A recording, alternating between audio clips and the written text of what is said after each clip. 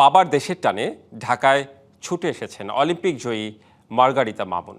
Rio অলিম্পিকে জিমন্যাস্টিকে স্বর্ণ জেতেন এই রাশিয়ান তরুণী তার পৈতৃক নিবাস রাজশাহীতে। মঙ্গলবার সকালে ঢাকায় এসে বিকেলে বাংলাদেশ জিমন্যাস্টিক ফেডারেশন পরিদর্শন করেন মার্গারিতা। এই সময় অ্যাথলেটদের সাথে আনন্দঘন সময় পার করেন। সেকেন্ড হোমে এসে উচ্ছ্বসিত তিনি। শুধু জিমন্যাস্টিকের উন্নতিতেই নয়, বাংলাদেশে কি ঘটছে সবকিছু নিয়েই উদ্বিগ্নতার কথা ব্যক্ত করেন এই অ্যাথলেট।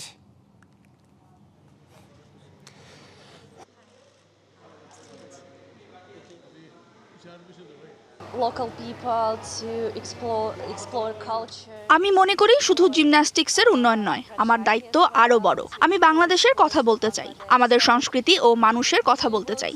শুধু খেলাধুলা নয়, এখানে কি ঘটছে তা নিয়েও আমি খুবই উদ্বিগ্ন।